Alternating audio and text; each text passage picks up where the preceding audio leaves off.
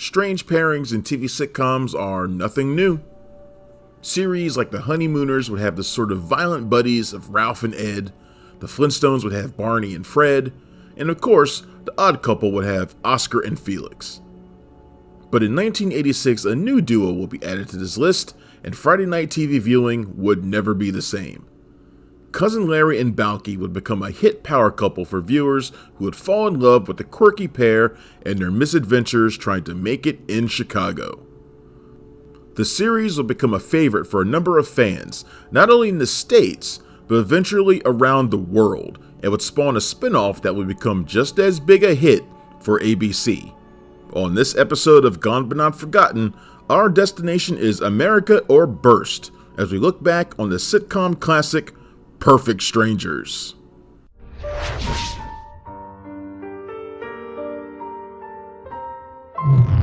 Perfect Strangers was created by Dale Keith McRaven, the man behind the classic series Mork and Mindy.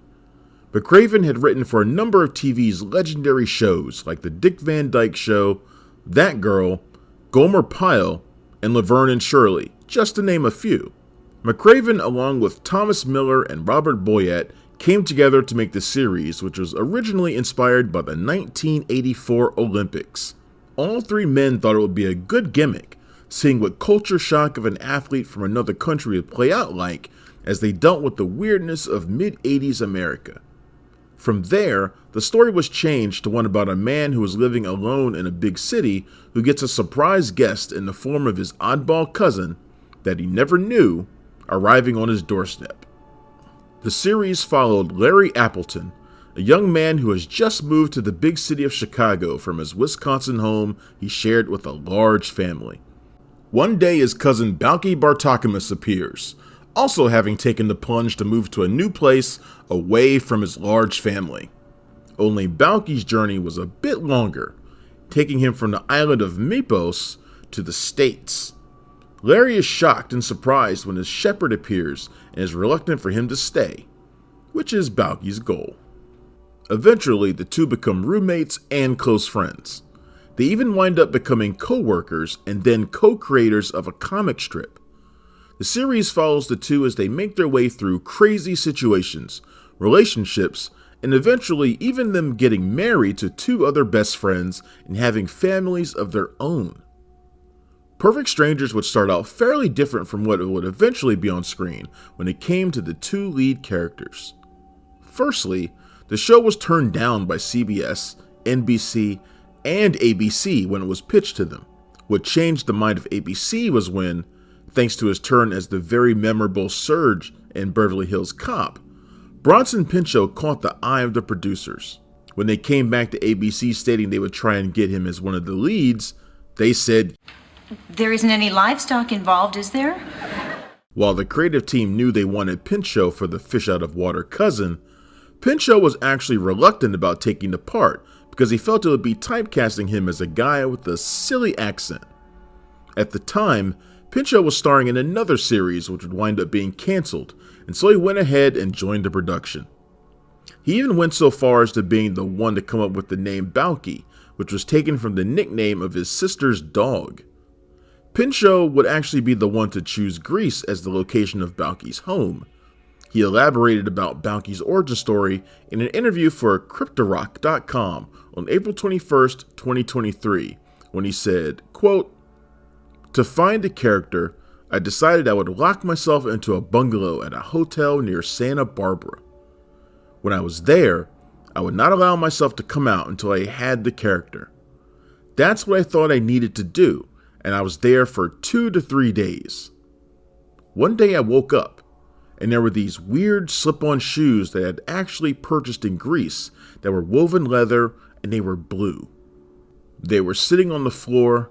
I woke up, looked at the shoes and went, oh, that is how the character came to me, and then I let myself go out to get something to eat." But it wasn't Mark Lynn Baker who would be in the unaired pilot opposite Pinchot. The late Louis Anderson was cast as Cousin Louis. The pilot was shot, and after viewing the footage, it was decided that the two didn't mesh as they had hoped for. The creative team brought back Baker, who had auditioned previously and worked well opposite Pinchot. So a new pilot episode was shot. It's funny both of them had the same alma mater, Yale University. The original first season of Perfect Strangers would actually only be 6 episodes, as it was used as a mid-season replacement at the decision of ABC. These episodes were shot in record time, with the first episode hitting airwaves only a week after rehearsals. Mark Lynn-Baker and Bronson Pinchot had a fantastic chemistry and had a blast making the series, which shows and is one of the main reasons for the show's success. It was also boosted along by starting out on Tuesday nights as the lead-in for Moonlighting, a show that, in the mid-80s, was part of the crown for ABC. The first truncated season was a hit, with both Balki and Larry working at a department store. The following season would not only see a change of night, as the show would move to Wednesday, but it would also see Larry and Balki each get a girlfriend in the guises of Mary Ann and Jennifer, played by Rebecca Arthur and Melanie Wilson. The characters, who were also flight attendants, would become regulars on the series and would stick through the rest of the series run. Season 3 would see the show move to the legendary TGIF block for ABC. The third season was actually a big one in a lot of ways for Perfect Strangers. This season would see the duo of Larry and Balki move jobs to the Chicago Chronicle, something massive for Larry, who has had dreams of being a reporter and photographer. Unfortunately, the two were starting in the basement and mailroom, but we all have to start somewhere, right? But thanks to the building being huge, there was the need for an elevator and an elevator operator. That elevator operator would be Harriet Winslow, played by Jo Marie Peyton France. Harriet and her husband Carl Winslow's names should be very familiar to fans of 80s sitcoms. So as you guessed, they would get a spin-off series that would become another legendary sitcom called Family Matters. Family Matters would be the only spin-off from Perfect Strangers and would start in 1989 and run until 1998 after being picked up by CBS from ABC for its final season. Family Matters would actually have a longer run than Perfect Strangers at a total of 9 seasons. At one point, Balki and Larry were supposed to show up in the pilot for the series, but it never happened. Neither of the cousins would actually appear in Family Matters. During the third season, ABC decided to try and recreate their success of TGI Friday with Saturday night programming. Perfect Strangers was moved to Saturday night, and it was a disaster. Ratings dropped on the show, which is one of the heaviest hitters on Fridays. It was moved back to its original slot not long after. At one point, the series tried to add a kid character to the mix, but those of us who remember Cousin Oliver know how much of a bad idea this is. This was in the guise of Allison Porter, Curly Sue herself, who was a young girl who lived in the cousin's apartment building. She lasted 1 whole episode. As the series progressed, Larry and Jennifer would get engaged, and Balki and Mary Ann would soon follow. After a number of will they or won't theys, both couples would get married, with Balki and Mary Ann actually heading back to his home in Mypos to meet the family. The cousins would show that all those dances of joy got them in sync with more than they thought, as we discover both couples are having babies. I'm way too amused that Balki's son is named Robespierre, the name of the guy in charge of the French Revolution. I'd love to know if this was Pinchot's idea too. Speaking of the signature dance of joy, Pinchot and Baker created the dance after the writers just told them to do the dance of joy. They knew how good their physical comedy talents were and just let them loose. Balki's now classic catchphrase, "Of course I have, don't be ridiculous," was a happy accident. In the pilot, Pinchot was supposedly to badly lie to Larry about not having a color TV. The original line was him responding to the question by lying, saying, "Yes," then just yelling in shock, "Blue!" Pinchot decided to ad-lib the line and it got a huge laugh. The rest, as they say, is history. Season 8 would, like Season 1, be a truncated season with only 6 episodes, and the 2 episodes being a 2-part storyline ending with the 2 couples having their babies. The finale was an emotional one, with Baker and Pinchot doing one last dance of joy for the audience, which you can watch on YouTube when it was shown on Entertainment Tonight. Bronson Pinchot started crying when they were asked by the audience to do it one last time. The duo would, after filming episodes, take questions from the studio audience, and more often than not, they'd always be asked to do the dance. After 8 seasons, with this being the last time, it hit hard. People may seem surprised at the enduring love and fan base Perfect Strangers has a few 30 years after its last episode aired, but you really shouldn't be. The show rested on the shoulders of its 2 leads, Bronson Pinchot and Mark Lynn Baker, who had a chemistry that's hard to find. Returning to the show, I forgot just how hilarious these 2 were, and the sheer amount of physical comedy they brought to the show. They both said they insisted on doing the physical bits in one take, as they felt the best reaction from the audience would be the first attempt. In fact, they would get annoyed when new directors would come on and ask them to do it again, since they felt it was not needed. They played off each other perfectly and brought that physical comedy chops, but they also brought to life 2 characters with a lot of heart. The core of Perfect Strangers were these 2 men who were from completely different parts of the world and different backgrounds, but were family nonetheless.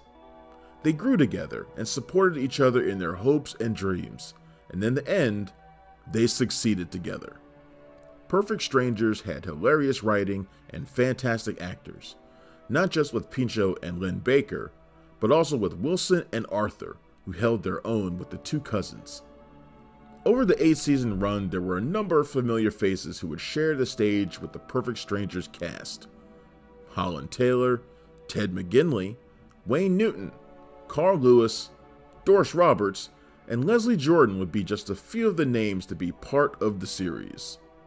The Perfect Strangers opening sequence and theme song became iconic as well, with fans on YouTube even recreating it in their hometown of Seattle years later. The song, Nothing's Gonna Stop Me Now, was sung by David Pomerantz. It was written by Jesse Frederick and Bennett Salve, who also wrote the majority of TGIF TV show themes, like Full House and Step by Step. A fun fact about Pomerantz was the fact his record, Born for You, His Best and More, was one of the best-selling records of all time in the Philippines. That same year the series ended, Pinchot would co-star in the Quentin Tarantino-penned True Romance. He'd follow this up with Beverly Hills Cop 3, returning as Serge, along with a turn in the Stephen King miniseries, The Langoliers. Scaring the little girl! Pinchot has been consistently working in film and television over the years, but has also done a ton of audiobooks, including being the voice of the Christopher Farnsworth President's Vampire book series. He also was the ill-fated principal in The Chilling Adventures of Sabrina.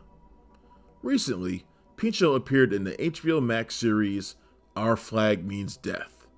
Mark Lynn Baker has also consistently been working in film and television since the series ended.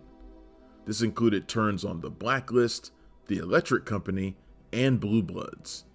He recently even joined the Marvel Universe as Jennifer Walters, aka She-Hulk's father, Morris Walters.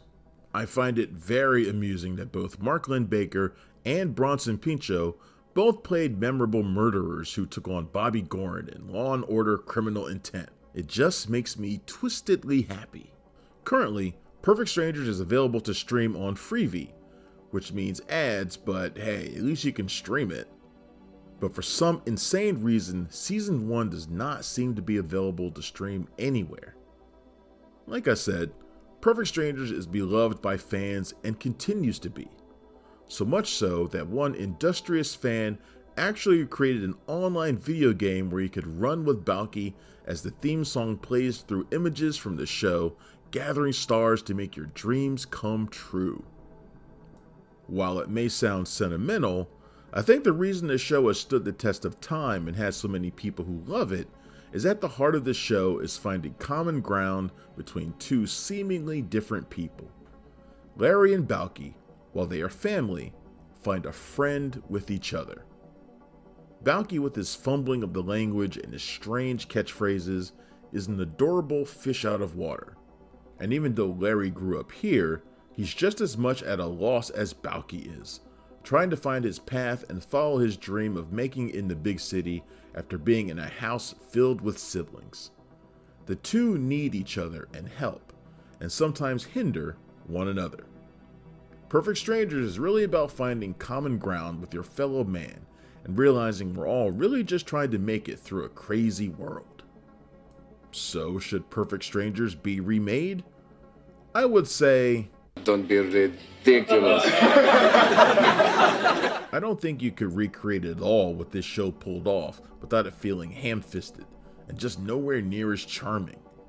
Mark Lynn Baker and Bronson Pinchot just had a magic that those old school duo acts had, and you can't really recreate it. Now, would it be interesting to see the two of them return to the roles to see where Balky and Larry find themselves down the road? That might be a treat to see. I could imagine Balky with a successful line of wool-based clothing he's designed, world famous with his House of B collection. Cousin Larry is a writer who just snagged a Pulitzer Prize who hasn't seen him in a while, walking through the door because he needs a suit for the awards ceremony. I'm giving you this for free, universe. Go make it happen, and the fans would do their own dance of joy.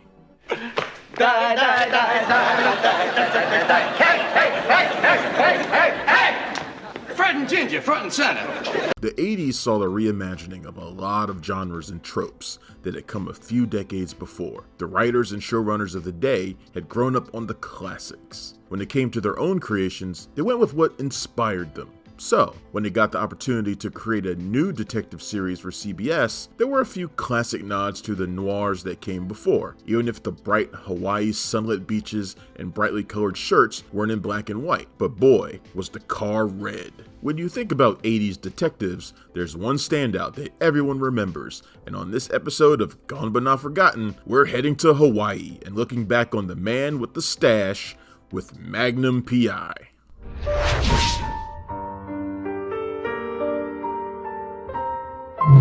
The 70s and early 80s were a time of classic PIs on television. Banachek, Jim Rockford, and even the return of Perry Mason would be gracing TV screens alongside the likes of Columbo. There was one more colorful detective that would make a name for himself in the small screen landscape, and it was a name shared with one hell of a gun. Magnum PI would start out far different of an idea than the mustached ladies' man we'd all know and love in the short shorts and Hawaiian shirts.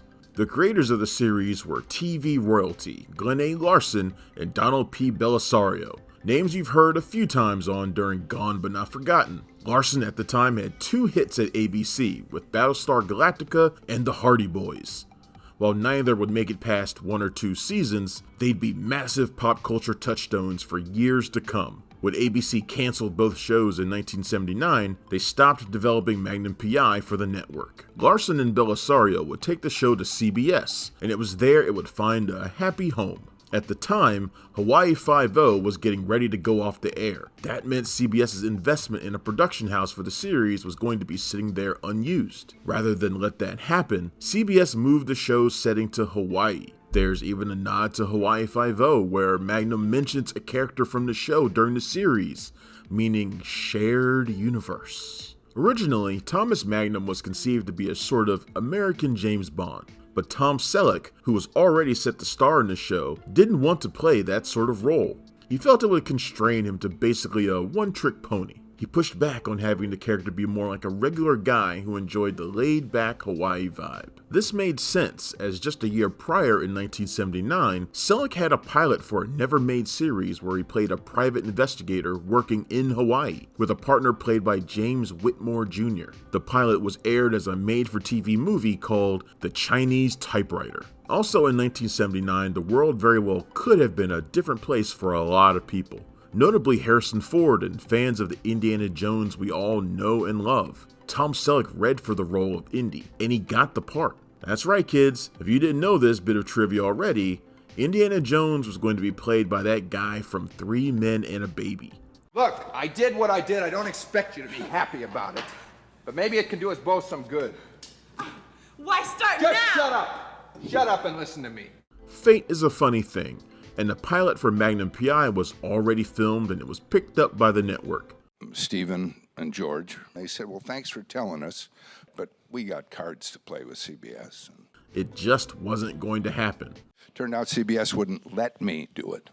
The series focuses on Thomas Magnum, a private investigator in Hawaii who lives on an estate known as the Robin's Nest. It isn't his, but he gets to live there and use the sexy as hell red Ferrari that is owned by Robin Masters. Masters is an author and apparently makes as much money as Stephen King. Magnum's arrangement with Robin is a bit of a mystery, but it's implied that Magnum most likely saved Masters' life, as well as inspired a number of his books. Magnum is an ex-naval officer who served in Vietnam and is highly decorated with a Purple Heart, Navy Cross, and a literal chest full of medals. Magnum was a POW in Vietnam and had a long, complex military history. Now working as a private investigator, Magnum has a few friends who routinely assisted him on cases. One of these is John Higgins, or just Higgins, the major domo of Robin Masters' estate and the epitome of British stuffiness. Higgins has 2 large Dobermans, Zeus and Apollo, who help guard Robin's nest. Magnum and Higgins butt heads quite a bit,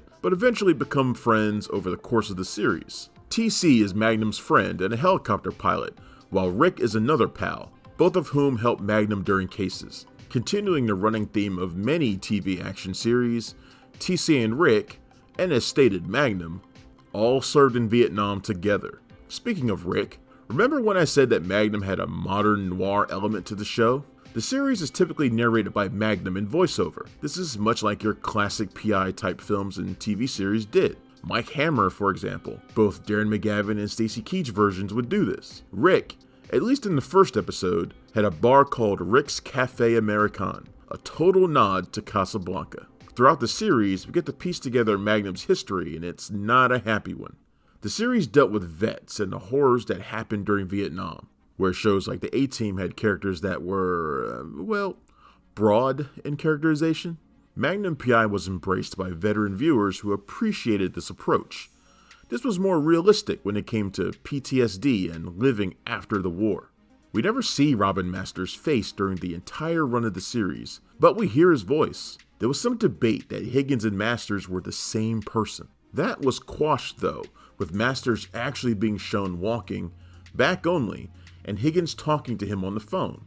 I guess you could say this makes Robin Masters the Charlie to Magnum, TC, and Rick's angels. John Hillerman played Higgins in the series, and I can't tell you how many people were shocked to discover he wasn't actually British. Hillerman was from Texas and was in the Air Force before deciding to pursue acting. This would lead to him having a long career in both TV and film. One notable turn would be as Dr. Watson to Edward Woodward's Sherlock Holmes in the CBS TV movie Hands of a Murderer. He'd win an Emmy and a Golden Globe for his work on Magnum PI, and it's this role he is most known for. Hillerman would pass away in 2017 at the age of 84. Roger Mosley would play TC, the put-upon friend and chopper pilot for Magnum. Mosley was another actor with a lengthy TV and film history, working with legends like John Wayne, Chris Christopherson, and even working with Selleck on his TV series Las Vegas in 2007. Mosley's last appearance on screen would be in the Magnum PI remake series. Sadly, he died of injuries sustained from a car crash in August of 2022. Larry Manetti, who played Rick, was more like the character than you might think. He owned a restaurant in Las Vegas and wrote a book filled with stories about his time on Magnum called Aloha! Magnum Larry Manetti's Magnum PI Memories. Manetti also came from a background with a lot of film and TV work. He'd also show up in Selleck's series Las Vegas, as well as other Belisario series like Quantum Leap. Plus, he appeared as a character named Nicky the Kid DeMarco in the new Hawaii Five-0. This is the same character who would show up in the new Magnum PI series. Continuing the Magnum family reunions, Minetti would also appear in an episode of Selleck's Blue Bloods in 2023. It should also be noted that Magnum had extra star power in the voice of Robin Masters. Orson Welles voiced Masters a few times in the series. This would be one of the last roles for Welles, who would pass away in 1985. Thanks to Magnum PI's massive hit status, the show was able to get some impressive guest stars. Over the show's 8-season run, actors like Scatman Crothers, Annie Potts, John Saxon, and Judge Reinhold would appear, just to name a few. Lance LeGault, who would play a major role in the A-Team, would also appear as another military man in the form of Colonel Buck Green in a number of episodes of the series. Various Hawaiian celebrities would also appear. Many were local actors who were part of the Hawaii Five-0 crew. Remember when I said that Magnum PI was sort of new wave noir for the 80s? Frank Sinatra would co-star in what would be his last film TV appearance as a New York cop named Michael Doheny in the episode Laura. Laura is Doheny's 7-year-old granddaughter who, on the night of his retirement, was assaulted and murdered. Doheny goes to Hawaii to take revenge on the men responsible for this horrific act. Sinatra was old-school Hollywood music royalty, and he was known for playing tough characters. Funny enough, he starred in many noir films, including The Detective and Tony Rome. Laura is a rough episode, and here's no happy ending in this sort of story. Sinatra is truly great in this. These sorts of episodes are what made Magnum PI stand out when it came to network television. But perhaps the moment that will forever be burned in the minds and hearts of Magnum PI fans was the 2-part episode, Did You See the Sunrise? Guest star Bill Svensson would play Ivan, a KGB officer who tortured and held Magnum, TC, with his friend Nuzo hostage during Vietnam. The episode is probably one of the darkest and most grim of the series, and sees Magnum almost be killed by a bomb in his Ferrari. This winds up killing his friend Mac, and TC is brainwashed into almost killing someone. Ivan is responsible for everything, but due to diplomatic immunity, he flaunts the fact that Magnum can't do anything about it. In one of the greatest and most unexpected moments in TV history, Magnum asks Ivan, "Did you see the sunrise this morning?" "Yes. Why?"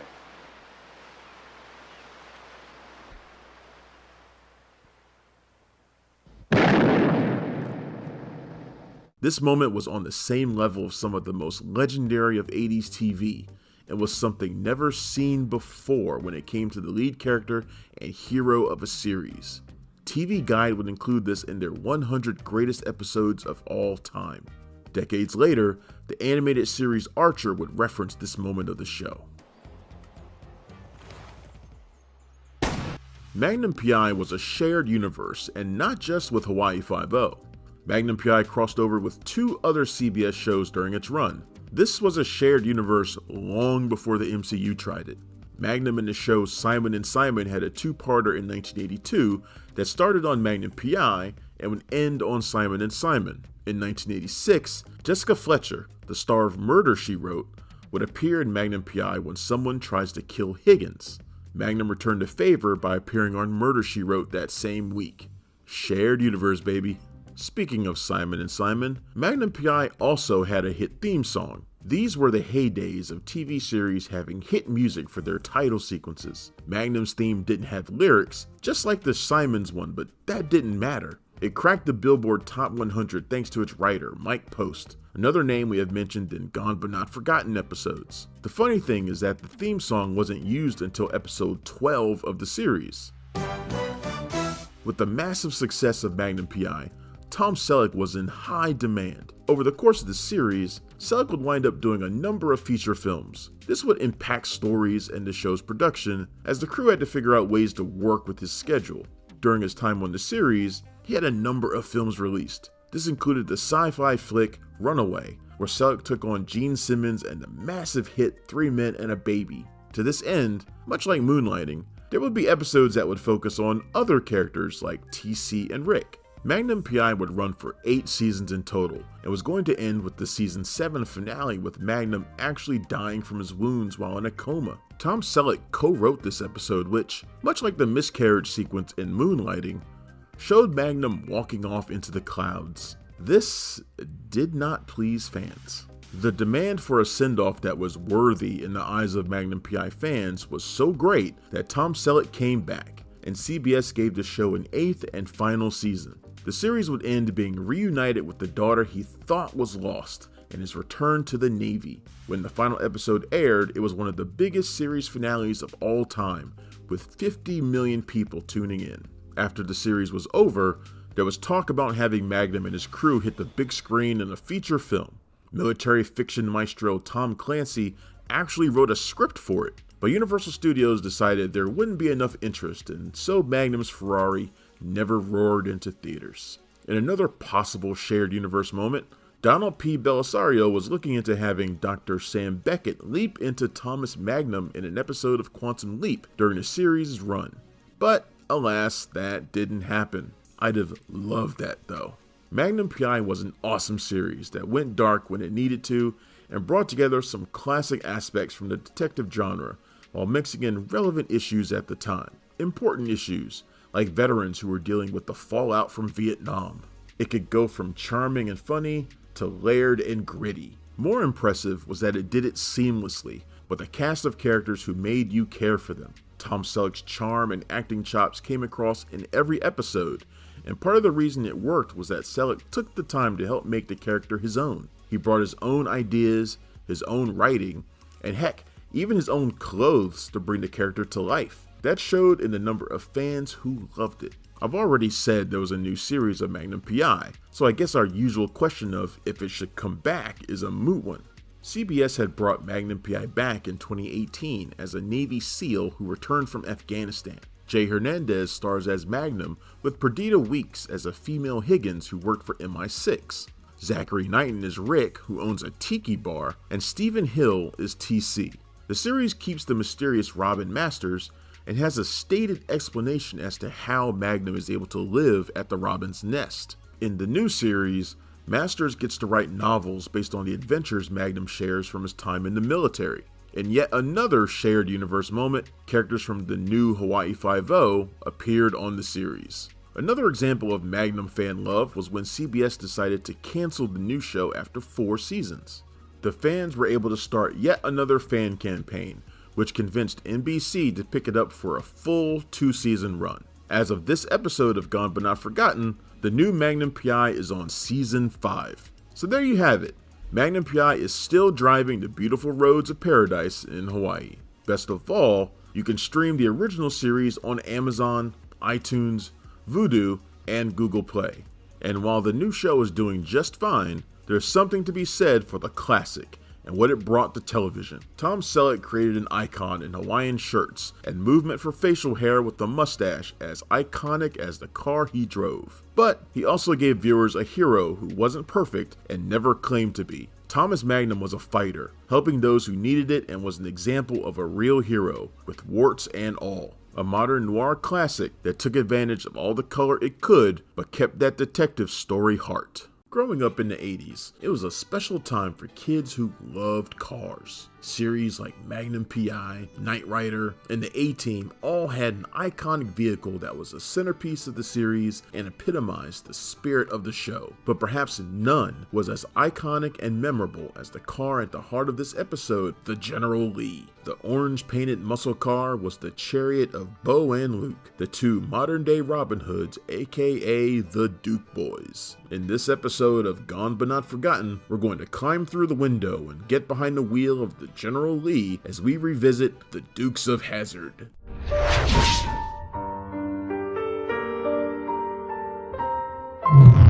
The late 70s and early 80s were a massive time in the land of country music. It had become part of the mainstream in a major way thanks to films like Urban Cowboy and outlaw musicians like Willie Nelson, Johnny Paycheck, and Chris Christopherson crossing over. Kenny Rogers was another one of those artists who would start a trend, with his music actually being taken and made into films. CBS readily embraced the country music bandwagon, no pun intended. It had started with the variety series Hee Haw in 19 1969, which would see a number of actors and musicians pass through the cornfield. But in 1979, CBS took a step into a new sort of country with a TV series that would combine action, comedy, and country music, when it created a little slice of backwoods magic called The Dukes of Hazzard. The Dukes of Hazzard would owe more than a little bit to the films of Burt Reynolds that rampaged through the 70s, with Smokey and the Bandit and Gator, which would feature rollicking country soundtracks with tough and loyal lead characters that drove fast cars in the back roads. But it would literally be inspired by a film made in 1975 called The Moonrunners that was written and directed by Guy Waldron. The Moonrunners followed the exploits of two cousins who ran moonshine for their Uncle Jesse in the backwoods of Shiloh County. Sound familiar? Well, if that's not enough, the music and narration is done by Waylon Jennings. There's even a Boss Hogg and Cooter. Variations on these characters, and especially Jennings, would be carried over to the TV series. The film and the Duke series were inspired by the real-life moonshiner Jerry Rushing. Waldron took the stories that Rushing shared and used them for both properties. Rushing would wind up suing Waldron due to lack of credit and lack of royalties for his heavy contributions, but would appear in an episode of Dukes. The story of the Dukes of Hazzard truly began in 1977, when Guy Waldron was asked to do a limited series of Moonrunners for CBS. But the work turned out to be so well received that it was ordered into a full series run. The Dukes of Hazzard focused on the exploits of the Duke boys mainly. Hazzard County was a small town, backwoods spot in Georgia. The Dukes, Bo and Luke, were cousins who drove fast in their brilliantly orange car, the General Lee. Their Uncle Jesse was an old-school moonshiner and raised the boys like they were his own sons. Along with the boys was their beautiful cousin Daisy with her iconic shorts. Yes, Daisy Duke. This is where it all came from, kids. Daisy, Bo, and Luke spend most of the series butting heads with Boss Hogg, the notorious town leader and owner of the Boar's Nest, a local watering hole. Boss Hogg is in control of the local police and spends most of his time trying to catch the Duke boys, who are always trying to stop his nefarious schemes. His minions consist of Sheriff Roscoe P. Coltrane and deputies Enos and Cletus. Roscoe's dog Flash doesn't really comment on the situation that much. Helping Bo and Luke besides their fellow Duke family is honorary Duke Cooter. Cooter is the local mechanic in Hazzard and is often helping get the boys out of jams and stopping Boss Hogg. Interspersed with the exploits was a lot of car chases, driving in front of green screen, and cars jumping over things, usually with the help of a conveniently placed ramp of some sort. There was corny comedy, good-looking cousins, and the voice of Waylon Jennings, who told us the story and gives us a witty line as a commercial break happened and a still shot of a car in midair led us to the sponsor of the day. The Dukes of Hazzard was simply awesome. It didn't take itself seriously at all and was an escape into a reality where family was important, people helped one another, and kids could see an epic car driving like crazy that did insane stunts every week. The modern day Robin Hood line was accurate for Bo and Luke, who were good-hearted guys that helped everyone they met that needed it. Daisy wasn't just a pretty face and held her own when it came to the adventures she shared with her cousins. She could shoot, drive, and rebuild a damn carburetor blindfolded if the need arose. Plus, she also had a badass car in the form of her Jeep. The Dukes of Hazzard became a phenomenon on the level of other classic TV series of the era, and the merchandising reflected this in spades. Little girls had nightgowns that bore the image of a young John Schneider with the phrase, "My heart belongs to Bo" on them. Tom Wopat was everywhere, clad in head-to-toe denim and grinning from the covers of 3-ring school binders. One year, Santa brought yours truly every Dukes of Hazzard car and action figure. This included Daisy, her Jeep of course, the General Lee. Needless to say, I and the rest of the country fell in love with the Dukes, and it wasn't hard to see why. John Schneider played Bo Duke. Schneider pulled a fast one on the casting people when he auditioned. The casting directors were looking for someone in the early to mid-20s. Schneider was just barely 18. He knew they were looking for a country boy, and when he arrived, he was driving a beat-up pickup truck, wearing cowboy boots with an accent and, as legend has it, smoking a cigarette. With that accent in place, Schneider got the part as the blonde Bo. Bo was actually the most inspired by the real-life Jerry Rushing, with maybe a little of Elvis thrown into the mix. Of the two Duke boys, Bo is the youngest, the most reckless, and the most interested in the fairer sex, which manages to get both of the boys into trouble on more than one occasion. Tom Wopat played Luke, the elder Duke boy, and one who, like many characters in the early and mid-80s, had done a tour in Vietnam Vietnam. Wopat wasn't the first choice for the role, and in an interesting bit of casting history, it almost went to Dennis Quaid. Quaid had a stipulation though, and it wound up being what kept him from being part of Hazzard history. He wanted his, at the time, wife and 70s icon PJ Soles to play Daisy Duke. One wonders just how close Quaid thought the cousins would be in the series. But Soles just wasn't a fit for Daisy, and so Quaid was out of the running. Wopat and Schneider had a good chemistry after meeting in the bathroom prior to his read. Luke was the more level-headed of the two, but is very much a brawler when needed. The Luke hood slide was actually created by accident when Wopat was trying to jump the hood and his foot caught on the antenna, but that accident inspired a lot of kids with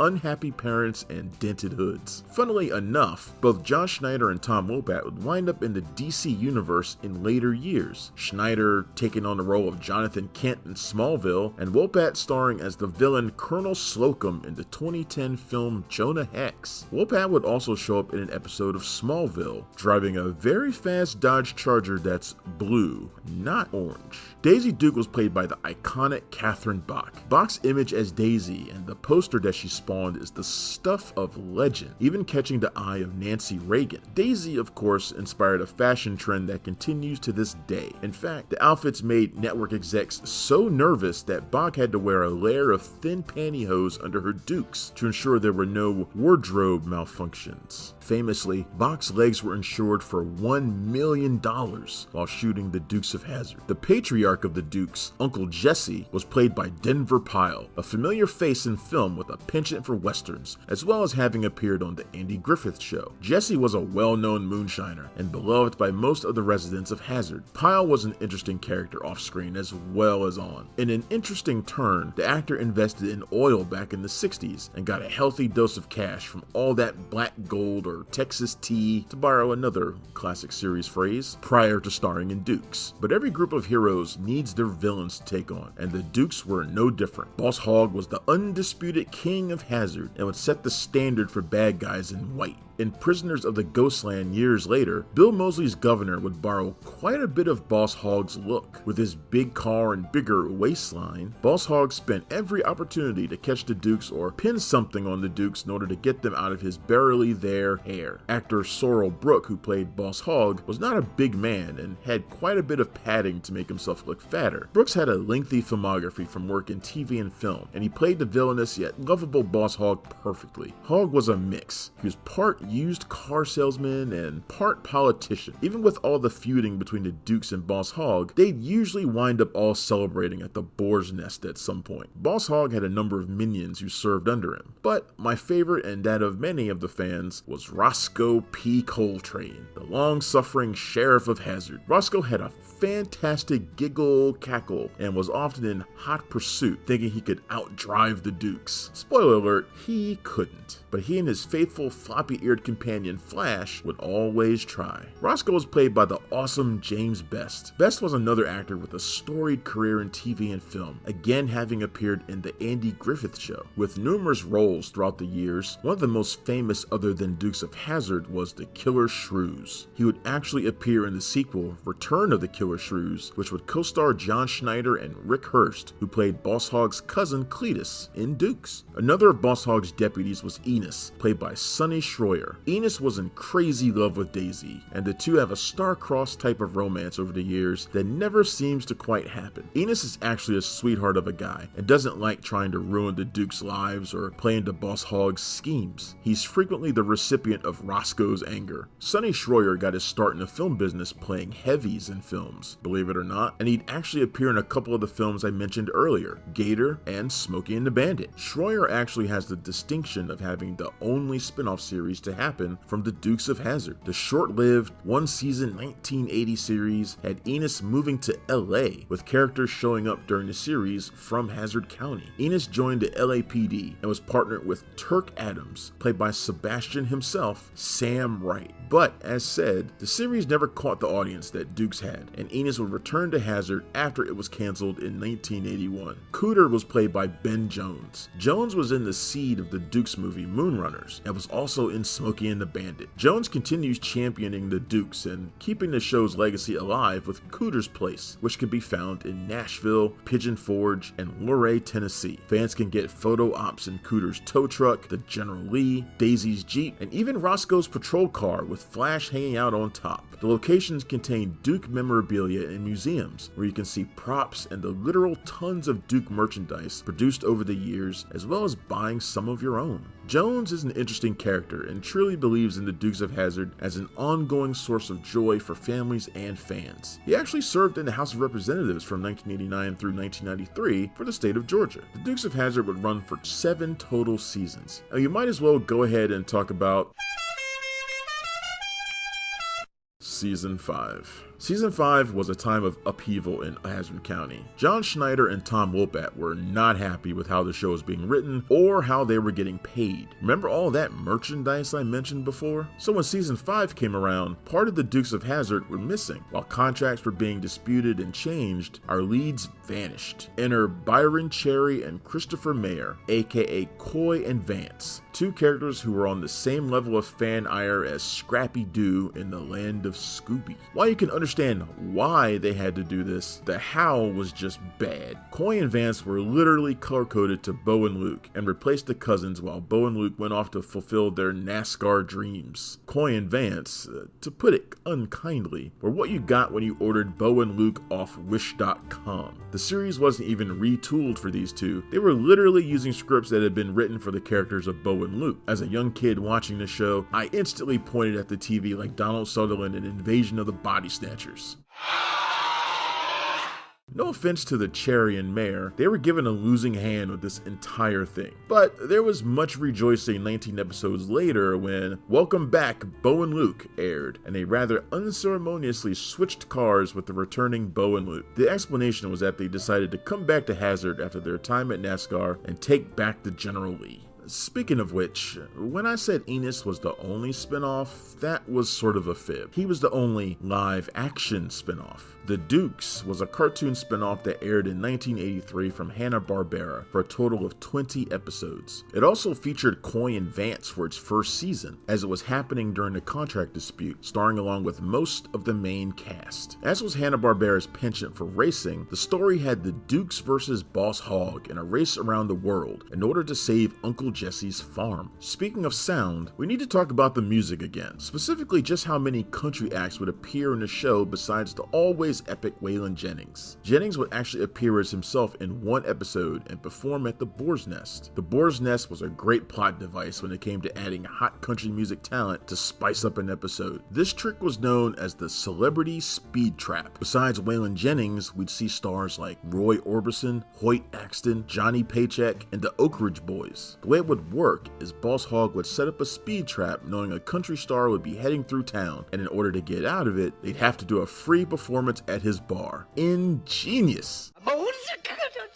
The list of guest stars that would come through Hazzard and the surrounding area is huge. While not on the level of The Love Boat, Hazzard had a long guest list. Clancy Brown, Jonathan Frakes, Brian James, Ernie Hudson, Charles Cyphers, and Kevin Peter Hall are just some of the familiar names fans might recognize. Speaking of recognize, let's talk for a second about the General Lee and all the other cars that took part in the Dukes of Hazzard. The General actually got more fan mail than anyone else in the cast, somewhere around 30,000 letters a week. The use of the car in the show, a 1969 Dodge Charger, caused a shortage of the vehicles. At least that's the rumor. In total, possibly over 320 of the cars were used during filming, most of them beaten to hell due to the stunt work required. As of now, the number of still remaining original used General Lees is around 17. To save the amount of work needed to upkeep the vehicles, the series would start reusing footage of all the cars, including the police vehicles. The amount of stunt work on the show and damage to the cars wound up having producers using miniatures for some of the stunts. The General Lee has since become one of the most recognizable cars in the history of TV or film, rallying horn and all. The Dukes run run would end in 1985, but the crew from Hazzard would return a couple of times. In 1997, the Dukes of Hazzard Reunion aired on CBS. Roscoe inherits all of Boss Hogg's legacy after he passes. Bo is a race car driver and Luke is a smoke jumper. Daisy has a degree in ecology and is divorced, which is important as Enos finally asks her to marry him, which doesn't turn out great for him. The film, while nice to see everyone again, it felt strange as it did for some of the actors. At this time, Sorrel Brooks had passed away, and Denver Pyle had to wear a fat suit to look as he used to as Uncle Jesse. Pyle would actually pass away 2 years later. Don Williams, instead of Waylon Jennings, would be the balladeer. The next time we'd see the Dukes would be in 2000 for the Dukes of Hazzard, Hazzard in Hollywood. Again on CBS, the film would see everyone heading to Hollywood. The story revolved around selling recordings of the country performances that have happened in Hazzard to raise money for the county. The film is a little odd due to the loss at the time of not only Brooks, but also Denver Pyle, to whom it's dedicated. Mac Davis is now the balladeer and actually appears on camera giving us insight into what's happening. Most of the living cast members appear, including James Best as Roscoe. It feels forced and not nearly as fun as the original series. In 2005, riding the wave of many remake feature films, came the Dukes of Hazzard, which had Johnny Knoxville as Luke and Sean William Scott as Bo. Jessica Simpson stepped into Daisy's Dukes, and in probably the most inspired bit of casting, Willie Nelson was Uncle Jesse and Burt Reynolds as Boss Hogg. The film truly takes advantage of the nostalgia bug, as it also has Joe Don Baker, Andrew Prine, and Linda Carter as part of the cast. The film wasn't nearly as family-friendly as the TV series became. While the Dukes of Hazzard may have started out a little rough around the edges, it eventually became a family viewing event. The 2005 film went head-on with overtly sexualizing Daisy, as played by Jessica Simpson, above and beyond anything in the original series. It also truly embraced Knoxville's jackass roots. Junior Brown is brought in as the balladeer this time around. It was directed by J. Chandra Sekhar of Broken Lizard and Super Troopers fame, which is well known for very edgy comedy. There was an unrated edition with around 3 minutes of additional footage added. The film had a little over $50 million budget and wound up just about doubling that due to poor reviews and poor reception. While the film wasn't that bad, it birthed something unholy in the form of a prequel that was released 2 years later. The Dukes of Hazzard: The Beginning is something that mankind should never have had to witness. Somehow bringing back Willie Nelson as Uncle Jesse, literally no one else from the main cast of the 2005 film is here. The humor, acting, and story are basically if you threw Dumb and Dumber into a blender with the 2005 film with less budget, and this is what you get. There was a family-friendly version released on ABC Family with an R-rated version that came out on DVD. No one talks about this film. The reason these remakes and reimaginings didn't work is pretty simple, and that is the original Dukes of Hazzard had an innocent perfection to it you can't really replicate. All the actors and performers loved what they were doing, even if there were some contract disputes along the way. You can tell this by the way the cast has really kept the Dukes of Hazzard alive and want to remain true to it. When the balladeer sings modern-day Robin Hoods, it's actually accurate. Bo and Luke steal from the rich, Boss Hogg, and give to the poor. Due to their previous infractions with the law, they aren't allowed to use firearms, hence why you see so much use of bows and arrows, which another reference to Robin Hood. There's the freewheeling charm of those 70s action comedies. You want to root for them, sticking it to the corrupt authority figures, all the while doing it in style with a car that kids could only dream of. The characters were great, and there was a sense of fun about all of it that let kids imagine themselves behind the wheel of the General Lee or driving Daisy's Jeep while saving the day from Boss Hogg. If you're interested in catching up with those good old Duke boys, you can rent the show on Amazon or buy it on DVD. Sadly, there's no Blu-ray quality for this duo. When we asked that question about bringing the Dukes back today, I honestly don't think we could, as they tried and just missed the point and the mark, something Bo and Luke could never do. The Dukes of Hazzard is sort of timeless, or at least a time capsule of a simpler time with fantastic music and characters. They were just perfect as they were. Bo and Luke and General Lee will always be jumping those bridges with style and a cry of yeehaw! And that's just as it should be, just two good old boys that shouldn't change.